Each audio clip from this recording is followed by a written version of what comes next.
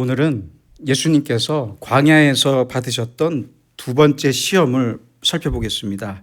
5절입니다. 마귀가 예수를 거룩한 성으로 데려다가 성전 꼭대기에 세우고 이르되 네가 만일 하나님의 아들이거든 뛰어내리라. 자, 이제 한번 생각해 봅시다. 마귀는 예수님을 왜 성전 꼭대기에 세웠던 것입니까? 세우려고 했던 것입니까? 성전에는 많은 사람들이 모입니다. 그렇게 많이 모인 사람들 앞에서 성전 꼭대기에서 땅으로 뛰어내렸는데 그 몸이 멀쩡하다면 이것은 굉장한 사건입니다. 지금도 이런 사건이 있다면 9시 뉴스 첫 번째 꼭지로 나올 사건입니다. 마귀는 이어서 말합니다. 기록되었으되 그가 너를 위하여 그의 사자들을 명하시리니 그들이 손으로 너를 받들어 발이 돌에 부딪히지 않게 하리로다. 정말 이런 일이 벌어진다면 이 일을 본 많은 사람들이 기적이라고 소리를 지를 것이고 예수님은 굉장한 인기를 얻게 될 것입니다. 그렇죠? 기적의 사람이라면서 많은 사람들로부터 환호를 받고 존경을 받을 것입니다. 그러나 바로 이것이 시험이라는 것입니다. 이게 시험이에요. 하나님을 의지하는 일에도 시험이 있다는 말씀입니다. 우리는 하나님을 그저 의지하기만 하면 전혀 아무런 시험이 없을 것이라고 착각하기가 쉽습니다. 아닙니다. 그렇지 않습니다. 하나님을 전적으로 의지하려고 할 때도 시험이 있습니다. 분명히 있습니다. 그래서 하나님만 의지하면, 하나님의 이름을 부르기만 하면, 단순히 기도만 하면 지금의 모든 어려움이 전부 순식간에 해결될 것이라면서 하나님과 무모한 도박을 시작합니다. 이렇게 반대로 내 입장에서 이제는 내가 하나님의 능력을 시험하려고 합니다. 하나님이 지금 나와 함께 하시는지 함께 하지 않으시는지, 나를 도와주시는지 안 도와주시는지를 생각하면서 하나님의 능력을 시험하려고 합니다. 다시 말하면 우리는 이미 하나님의 능력 안에 살고 있습니다. 이미 하나님의 사랑을 충분히, 과거로부터 지금까지 충분히 받고 살아갑니다. 그런데 하나님이 나를 사랑하시는지, 얼마나 능력이 크신지를 내가 내 일을 통해서 시험해 보려고 하는데, 하나님을 시험해 보려고 하는데 바로 이런 마음이 큰 문제입니다. 문제예요. 우리의 현실 안에는 그 어떤 현실이라도 이미 하나님의 뜻과 능력이 나와 함께 계십니다. 함께 있습니다. 지금 나의 현실을 완전히 초월한 곳에 멀리에 하나님의 뜻과 능력이 있는 것이 아니라는 거예요. 그게 아니에요. 우리는 평소에 이렇게 생각하기가 쉽습니다. 나는 그대로 있고 하나님이 내 일을 대신 해주길 원합니다. 내 뜻만 이루어 주시면 되고 내 욕심만 채워주시길 바랍니다. 그렇게 기도하는 사람들이 많아요. 하나님, 내가 주님의 뜻을 위해 할 일은 무엇입니까? 나를 통해서 이루실 그 뜻은 무엇입니까? 이렇게 묻지는 않고, 이렇게 기도하지는 않고, 나는 하나님과 완전히 동떨어져 있으면서 내가 하고 싶은 것을 하면서 내가 바라는 것을 이루어 주시는지, 나를 사랑하시는지 이렇게 저렇게 시험합니다. 그러나 하나님께서는 나의 현실 속에서 나를 부르십니다. 이것을 effectual calling 또는 effective calling이라고 하는데요. 즉 효과적인 부르심이라는 뜻이에요. 나의 현실 속에서 그 어떤 현실이라도 나의 현실과 나의 상황 속에서 하나님께서는 효과적으로 부르고 계십니다. 하나님께서는 우리의 생각이나 마음 속에 말씀하시기도 하고 깨달음을 주셔서 말씀하시기도 하고 혹은 직접 음성으로 말씀하시기도 하지만 가장 중요한 것은 우리의 모든 현실 속에서 말씀하신다는 사실입니다. 우리가 만나는 모든 사건 속에 하나님의 뜻이 있고 그 뜻을 사건을 통해 말씀하십니다. 이 사건을 통해서 하나님의 뜻과 지혜와 능력을 받아들이기만 하면 됩니다. 실직하거나 실패했더라도 그 실패 속에 분명히 나를 향한 하나님의 뜻과 부르심이 있습니다. 그것이 효과적인 부르심이라는 뜻이에요. 의미예요. 내가 왜 실패해야 합니까? 왜 이런 고통이 나에게 있어야만 합니까? 왜 나에게 능력을 주시지 않고 기적을 주시지 않습니까? 이렇게 말하면서 하나님의 사랑과 능력을 의심하면 안 됩니다. 의심하지 마세요. 내가 병들었습니까? 갑자기 큰 질병에 걸렸습니까? 그 속에서도 하나님의 부르심이 있다는 말입니다. 그 속에서도. 하나님께서는 나의 실패와 질병을 통해 완전히 새로운 길로 인도하시거나 하나님의 뜻을 이루려고 하십니다. 그러므로 내 현실이 아무리 절박한 현실이라도 그 현실을 피하려고 하지 말고 그대로 받아들이면서 그 절박한 현실을 통해서 말씀하시는 하나님의 음성을 들을 줄 알아야 합니다. 이렇게 우리의 현실 속에는 분명히 하나님의 뜻과 능력과 말씀이 있습니다. 그런데 우리는 모든 현실을 너무 쉽게 무시하면서 아주 풍성하고 밝은 미래만 생각하고 소망하기 쉬운데 아닙니다. 그렇지 않습니다. 과거로부터 오늘까지 이미 충분한 하나님의 능력으로 내가 이만큼 살 수 있었던 거예요. 왜 그것을 까먹습니까? 출애굽해서 광야로 나온 이스라엘 백성을 한번 생각해 봅시다. 그들이 처했던 이 광야라는 현실은요, 하나님의 엄청난 능력의 결과였습니다. 그렇잖아요.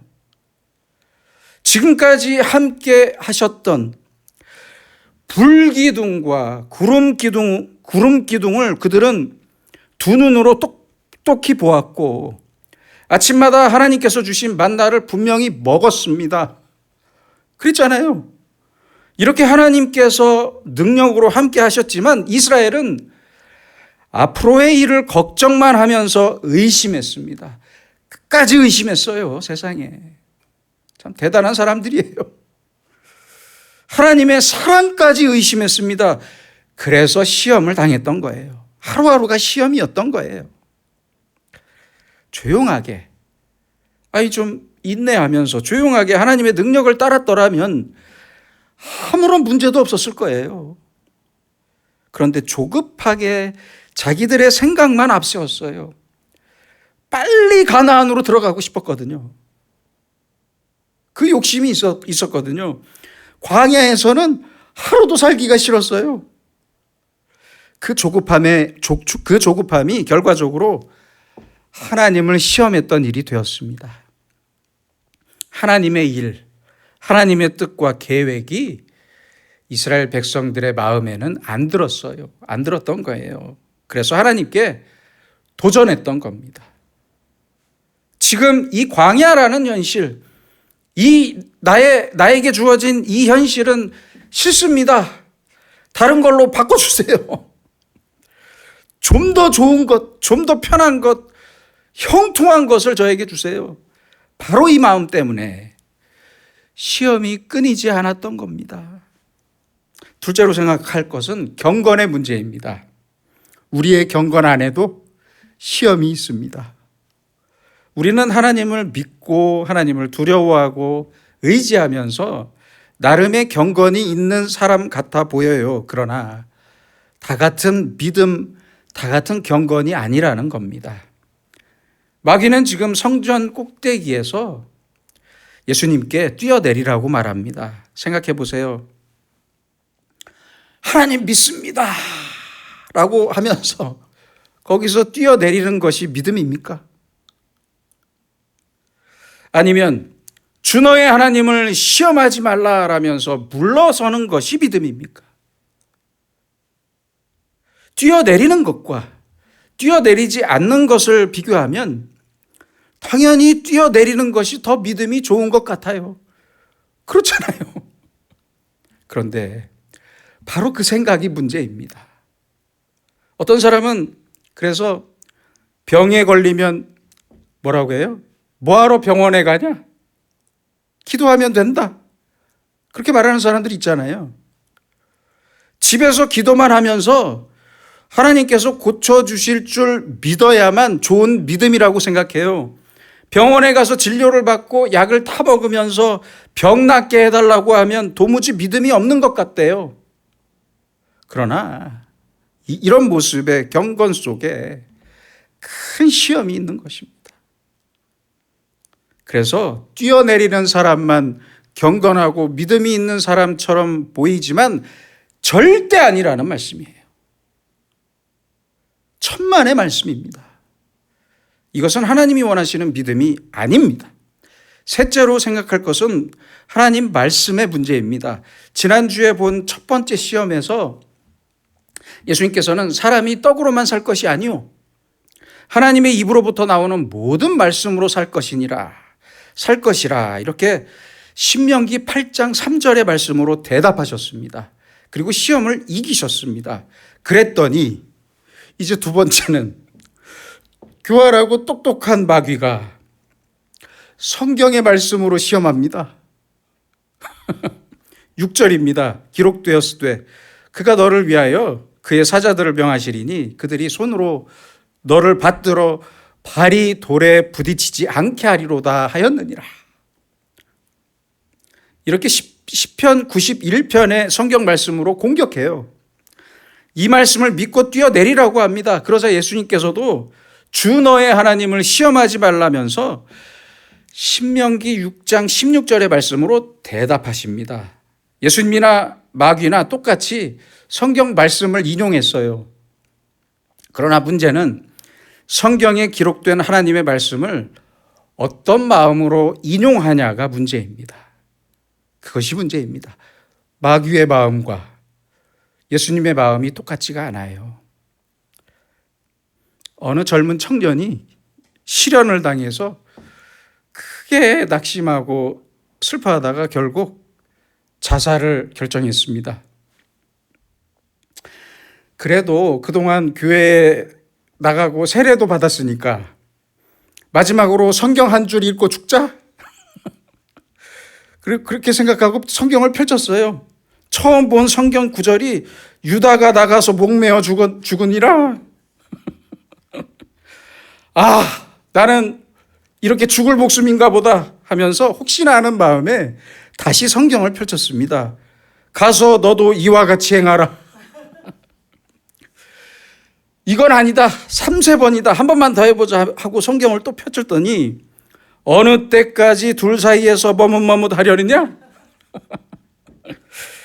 이 말씀이 나왔다고 합니다. 여러분, 지금의 이단들이나 어리석은 목사들을 보면 꼭 이와 같습니다. 그렇잖아요. 오늘 시험에서 마귀가 발이 돌에 부딪히지 않을 것이라고 말한 거나 예수님께서 주 너의 하나님을 시험하지 말라고 말씀하신 것이나 똑같이 성경 말씀을 인용하셨어요. 성경 말씀이에요. 우리도 마찬가지입니다. 말씀을 듣거나 읽을 때 내 욕심이나 내 정욕이 함께 할 때가 많아요.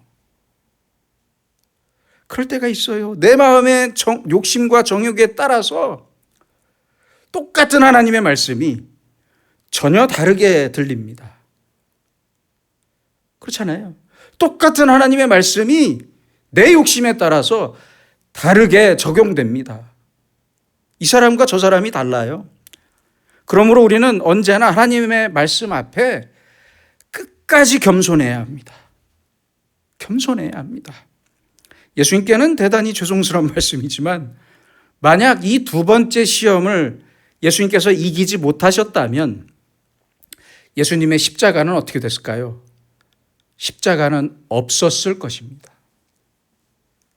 그리고 구원의 사역도 그대로 끝나버렸을 것입니다. 왜요? 이 시험을 이기지 못하셨다면, 이 두 번째 시험을 이기지 못하셨다면 예수님은, 잘 생각하세요. 예수님은 십자가에서도 뛰어내리셨을 겁니다. 그렇잖아요? 십자가를 질 것이냐 말 것이냐, 십자가의 고통과 죽음, 그 엄청난 고난의 해답을 바로 오늘 이 시험을 통해서 예수님은 해답을 얻으셨던 거예요. 그렇잖아요. 내 희생을 통해 십자가의 구원 사역을 완성할 것이냐, 아니면 하나님의 능력에만 잠깐 의지할 것이냐의 문제, 내 희생을 통해서 하나님의 능력이 나타나기를 바랄 것이냐, 아니면 내가 희생하지 않고 하나님의 능력만 구할 것이냐의 문제입니다. 이 문제에 대해서 예수님께서는 아주 확실한 해답을 오늘 들으셨습니다. 먼저 얻으셨습니다. 이것이 바로 예수님께서 두 번째 시험을 당한 이유입니다. 이제 우리의 모습도 겸손히 돌아봐야 합니다. 우리는 내가 할 일은 생각하지 않고, 내가 꼭 해야 할 일은 다 옆으로 제쳐놓고 밀어놓고 하나님이 내 일을 대신 해주길 바랄 때가 많아요. 솔직해집시다. 하나님은 내 수고와 희생을 원하고 계시는데 내 수고와 희생은 다 전부 벗어버리고 던져버리고 빼버리고 하나님께서 다 해주시길 바라요. 그래서 십자가의 예수님이 아니라 병자를 고치시고 죽은 자를 살리신 예수님의 기적만 원하는 사람들이 많습니다. 바로 이것이 우리의 문제입니다. 하나님께서는 세상을 창조하면서 모든 피조물이 자연의 법칙대로 운행되게 하셨습니다. 아니, 생각해 보세요. 높은 데서 뛰어내리면 죽는 거예요. 그게 당연한 거잖아요. 이것은 자연의 법칙이에요. 지극히 기본적인 상식입니다. 상식. 이 법칙과 상식 자체도 하나님이 우리에게 주신 지혜와 능력입니다. 그런데 이것을 다 무시하고 뛰어내리려고 하는 사람들이 많아요. 지금도 참 많습니다. 신천지를 보세요. 신천지. 자기를 키워주신 부모를 형사고발해요. 형사고발. 천륜을 벌여요. 비냐드나 신사도 운동, 세물결 운동이라는 이름의 이단 목사들을 보세요. 하얀 이빨이 금리빨로 바뀐대요. 실제 그렇게 말하고 하고 있어요. 사기를 치고 있어요. 만민중앙교회의 이재록 목사는 수질 기준에 한참 떨어지는 물을 무한 단물이라면서 이 물을 먹으면 병이 낫는다면서 팔잖아요. 비싼 가격에 팔았잖아요. 인터콥의 최바울 대표는 코로나19 백신을 맞으면 노예가 된다고 말했어요. 순복음교회 이영훈 목사는 설교 중에 안티 코로나 바이러스 카드를 보여주면서, 신용카드 같이 생긴 안티 코로나 바이러스 카드를 보여주면서 이 카드를 몸에 지니기만 하면 코로나에 안 걸린다고 했어요. 이게 목사입니까? 사기꾼들입니다. 사기꾼들. 모두가 자연의 법칙과 상식 속에서 역사하시는 하나님의 지혜와 능력을 욕보이는 사람들입니다.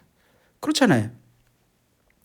자연 법칙은 하나님께서 우리에게 주신 법칙이에요. 우리는 그 법칙에 순응해야 합니다.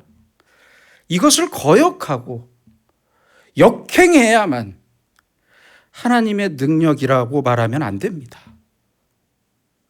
그래서 우리에게 높은 곳에서 떨어지면 반드시 죽는다는 사실을 알게 해주시는 것, 그것이 바로 하나님의 사랑이고 하나님의 능력입니다. 그 속에 하나님의 크신 지혜가 담겨 있습니다. 그런데 이것을 완전히 무시하고 다 무시하고 자기 발로 뛰어내리면서 하나님 저에게 능력을 내려주세요 이러고 있습니다. 그리스도인들이라는 사람들이. 이 말은 바로 하나님께서 함께 하시는지 안 하시는지 내가 하나님을 지금 시험하겠습니다, 이 말과 똑같은 뜻입니다. 그렇잖아요. 이런 사람은 그 마음도 그 믿음도 그 인생도 모두가 시험의 연속이 될 뿐입니다. 예수님께서 받으신 이 시험은, 오늘의 시험은 십자가에서도 앞서 말씀드린 대로 그대로 이어졌습니다. 마태복음 27장 40절에 보시면 십자가에 못 박히신 예수님께 그 앞에 모인 군중이 외칩니다. 네가 만일 하나님의 아들이거든 자기를 구원하고 십자가에서 내려오라, 그렇게 말했어요. 십자가에서 내려오라, 그러면 하나님의 아들이라고 믿겠다. 똑같은, 지금과 똑같은 시험이 이어졌습니다. 그때도 예수님은 내려오지 않으셨습니다. 사람들의 말처럼 아무 일 없이 십자가에서 내려오셨다면 엄청난 능력이 있는 것처럼 보였을 테지만 뛰어내리지 않아서 능력이 없고 미련하게 보였던 건 아닙니까? 그렇잖아요. 그러나 예수님은 십자가에서 내려오지 않으셨고 겸손히 죽으셨습니다. 이것을 어떻게 우리가 이해해야 합니까? 지금의 우리도 똑같습니다. 내가 죽게 생겼는데 하나님은 뭐 하시는 겁니까? 왜 나를 이 고통 속에 내버려 두시는 겁니까? 절 내려주세요, 이렇게 따지지 마세요. 내려올 필요 없어요. 하나님께서는 내가 당하는 이해할 수 없는 현실과 참혹한 사건 속에서 십자가를 지라고 하십니다. 예수님처럼. 그게 하나님이에요. 그런데 우리는 십자가 없는 능력만 원할 때가 많습니다. 아니에요. 그게 아니라니까요. 하나님의 능력은 십자가의 죽음으로써 이루어지는 것입니다. 아니, 십자가의 죽음이 있었기 때문에 부활의 영광이 있었던 것 아닙니까? 부활의 능력이 나타날 수 있었잖아요. 십자가 때문에. 예수님께서는 하나님께서 내게 주신 잔, 하나님께서 주신 십자가를 져야만 하나님의 뜻을 이룰 수 있다는 것을 알고 죽음을 결단하셨던 것입니다. 여러분, 우리에게도 그 어떤 현실이나 그 어떤 사건이 다가와도 하나님께서 그 어떤 희생을 요구하시더라도 그대로 받아들여야 합니다. 내게 아무런 고난이 없는 것만, 나에게 십자가가 없는 것만 하나님의 능력이라고 생각하지 맙시다. 그렇게 생각하지 마세요. 주 너의 하나님을 시험하지 말라. 예수님께서는 아무런 인기나 영광을 원하지 않으셨습니다. 그 어떤 현실이라도 하나님의 뜻과 사랑으로 받아들이셨고 하나님의 일에 대해서 아무런 불평이나 불만을 말하지 않으셨습니다. 그대로 십자가를 지셨습니다. 이것이 바로 오늘의 시험을 이기신 예수님의 겸손입니다. 기도하겠습니다. 가장 큰 능력의 주님께서는 성전 꼭대기에서 뛰어내리라는 시험을 이기셨고 아버지 하나님의 뜻을 이루시기 위해 십자가에서 뛰어내리지 않으셨습니다. 지금의 우리도 예수님의 겸손과 인내를 배워 지금 나의 현실이 내 마음에 들지 않더라도 그 현실 속에서 말씀하시는 하나님의 말씀을 듣게 하시고 내 앞에 있는 십자가를 겸손히 지고 하나님의 뜻을 이루어가는 겸손하고 지혜로운 주님의 제자로 살게 하옵소서. 예수님의 이름으로 기도드립니다. 아멘.